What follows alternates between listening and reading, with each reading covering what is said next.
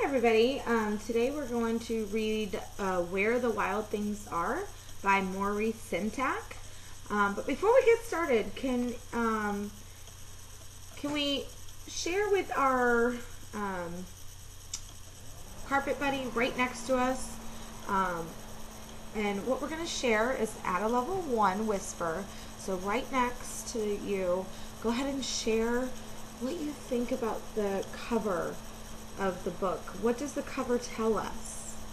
Does it tell us it's a fiction book? Does it tell us it's a non-fiction book? What type of fiction is it if it's considered to be a fiction book? Okay, so go ahead and turn and share for like 30 seconds. Right now the students hopefully are discussing ways to identify the text based off of the images and illustrations and pictures that the book represents from the front. So that would be a good before reading question.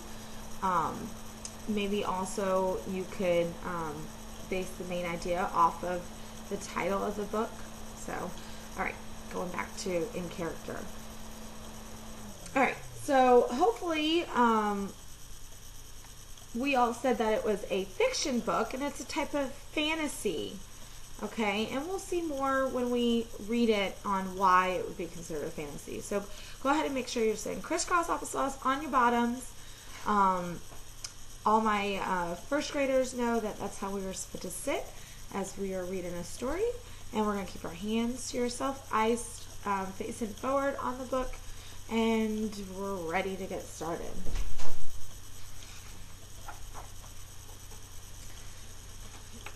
Okay. The night Max wore his wolf suit and made mischief of one kind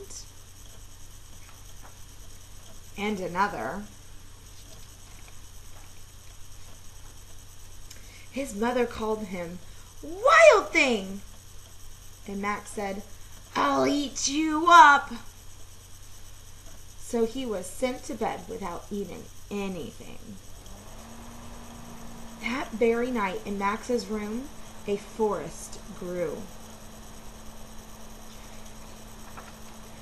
And grew.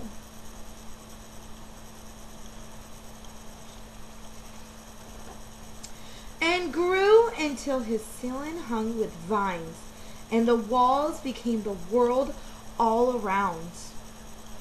So let's stop here for a minute. So can we identify a problem with something that has happened already in the story? So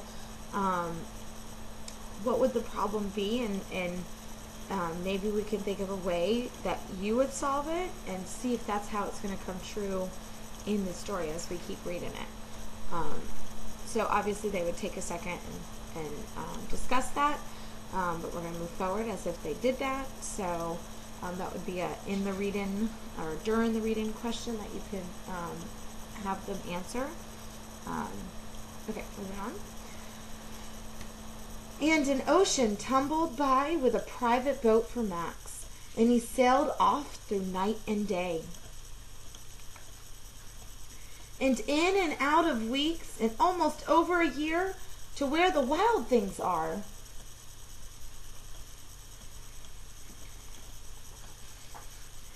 And when he came to the place where the wild things are, they roared their terrible roars and gnashed their terrible teeth and rolled their terrible eyes and showed their terrible claws.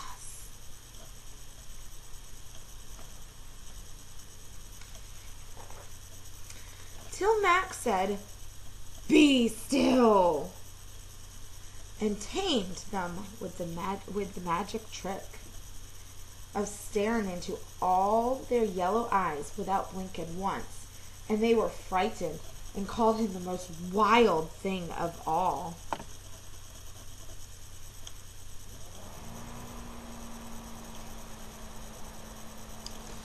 Now here you might have students trying to call out and be like Max, so they might actually yell, "Be still!" So there would be redirection here, so you might need to again let the students know that they should be sitting on their bottoms, crisscross applesauce, so that there are no behavioral issues. So if you begin to see a child starting to maybe just look at them and hold on, and just also you could let them know that maybe at the end of the story you're going to give them a chance to get up and be like Max or be like a wild thing, so that they know that during the story they're to listen and participate when discussion occurs, but not to shout out and to disrupt while the teacher is reading. Okay, getting back into it. And made him king of all the wild things.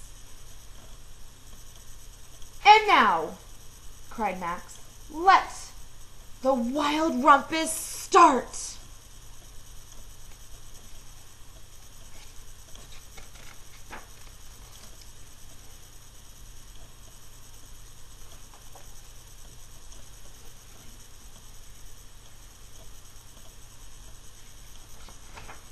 Students, what do you think the wild rumpus would be by the illustrations that we see here?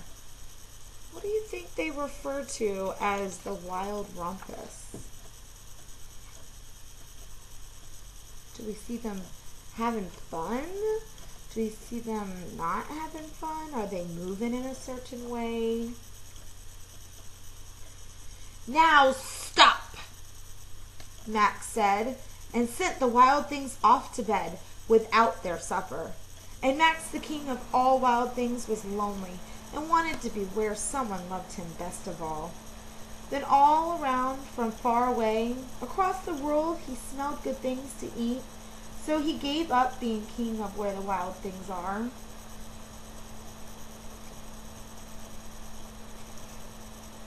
But the wild things cried, "Oh, please don't go. We'll eat you up. We love you so." And Max said, "No." The wild things roared their terrible roars and gnashed their terrible teeth and rolled their terrible eyes and showed their terrible claws. But Max stepped into his private boat and waved goodbye.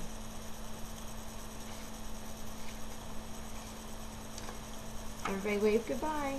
Goodbye, wild things. All right, let's see what happens next.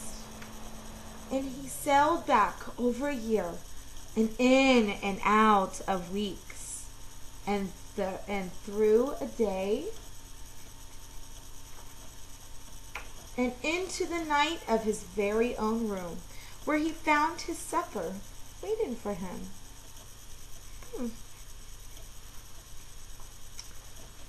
And it was still hot. So, could we identify what type of fiction it is based on what happened in the last few pages when it showed him going from year to week to day for traveling? But in reality, do we think he really traveled for a year and a month and a day? No, probably not. So he used his fantasy, his imagination to get him to that place. And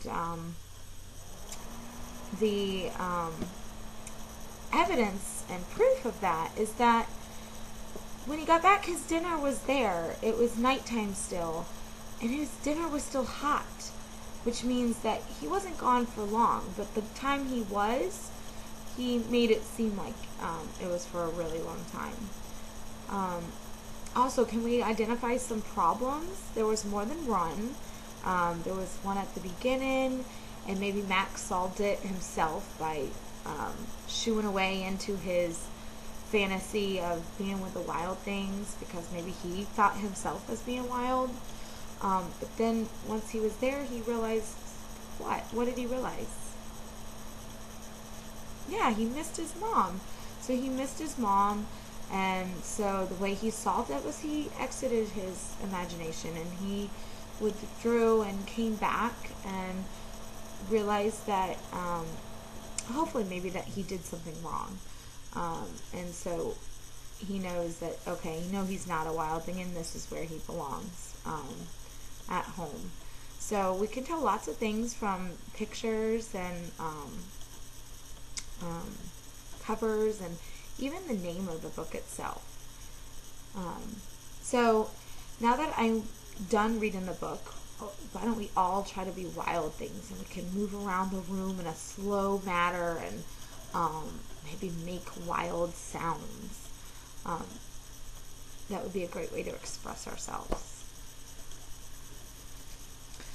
Okay, so now that I'm done reading the book, I was kind of going in and out of character because I know you wanted to see how we would read to students, but it's hard when the students aren't here to respond. So sometimes I responded for them, or I quickly just responded, and hopefully they would have done that.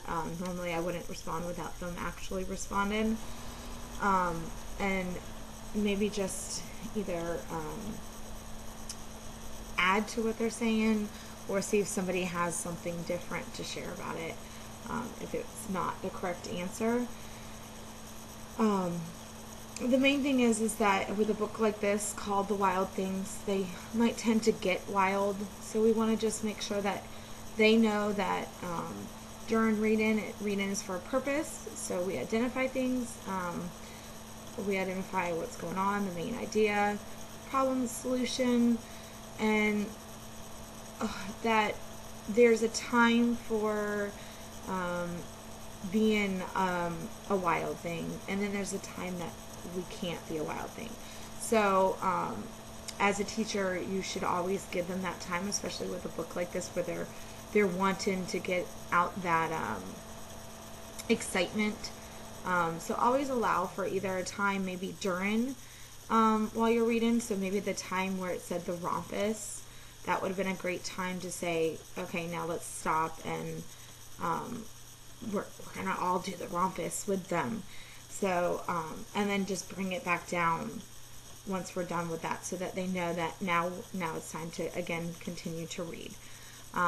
Or, again, you can do it afterwards, like how I did it. So, this book would be great for first graders, really also for kindergartners, but I think first graders might be able to grasp the fantasy a little bit better, and they'll be able to identify the problems and solutions with things like that. Kindergarten, you might have to help them a little bit more.